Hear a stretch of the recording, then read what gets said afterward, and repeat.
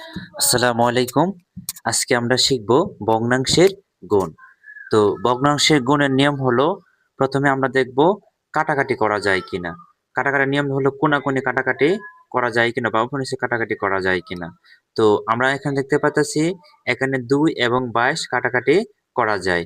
২ দিয়ে ২ এর কাটলে আসবে ১, আর যদি ২ দিয়ে আমরা ২২ এর কাটলে আসবে কত? ১১। আচ্ছা, এখন এ ৭ এখন আছে ১৪। যদি আমরা ৭ দিয়ে ৭ এর কাটি কত আসে? ১। ৭ দিয়ে যখন ১৪ রে কাটবো তখন কত আসবে আমাদের? ২। তাহলে ভগ্নাংশের গুণের নিয়ম কি, প্রথমে যদি আমরা কোনাকুনি বা এমনি কাটাকাটি করা যায় কাটাকাটি করব। তারপর আমাদের লব, লব গুণ এবং হর, হর গুণ। উপরেরটাকে আমাদের কি বলে? লব, আর নিচেরটাকে কি বলে আমাদেরকে? হর। এখন যদি আমরা উপরে গুণ করি তখন ২ একে ২, এবং নিচে যদি আমরা গুণ করি ১১ কে ১১। আচ্ছা। এখন একটু বড় টাইপের আমরা ভগ্নাংশের একটা গুণ করব।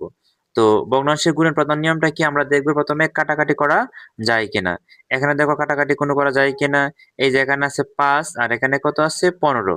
তাইলে আমরা কাটাকাটি করা যায়। ৫ একে আমরা যদি ৫ দিয়ে কাটি, ৫ একে ৫, আর যদি ৫ দিয়ে ১৫ কাটি তাহলে ৩ ৫ কত? ১৫। এখন আমরা আবেগিত কাটাকাটি করা যায় কিনা। এখানে আছে কি? ২১, এখানে আছে কত? ৭। তাহলে ৭, ২১ কাটাকাটি করা যায়। তাহলে ৭ দিয়ে ৭ এর কাটলে আসবে কত? ১। ৭ দিয়ে ২১ এ কাটলে আসবে কত আমাদের? ৩ ৭ কত? ২১।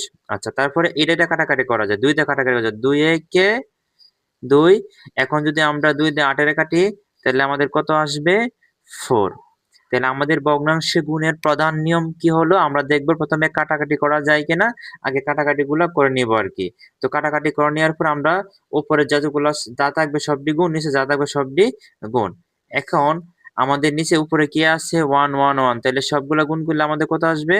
১ ই আসবে। নিচে কত আছে আমাদের? ৩, ৪ এবং ৩। তাহলে ৩, ৪ এ ১২ এবং ৩ বারং কত আমাদের? ৩৪। তো এলো, এখানে প্রত্যেকটা ভগ্নাংশ গুণ একইভাবে হবে। প্রধান কাজ হচ্ছে যে আমাদের কাটাকাটি করা যায় কিনা কাটাকাটিগুলা দেখব। দেখার পর আমাদের লব, লব গুণ এবং হর, হর গুণ।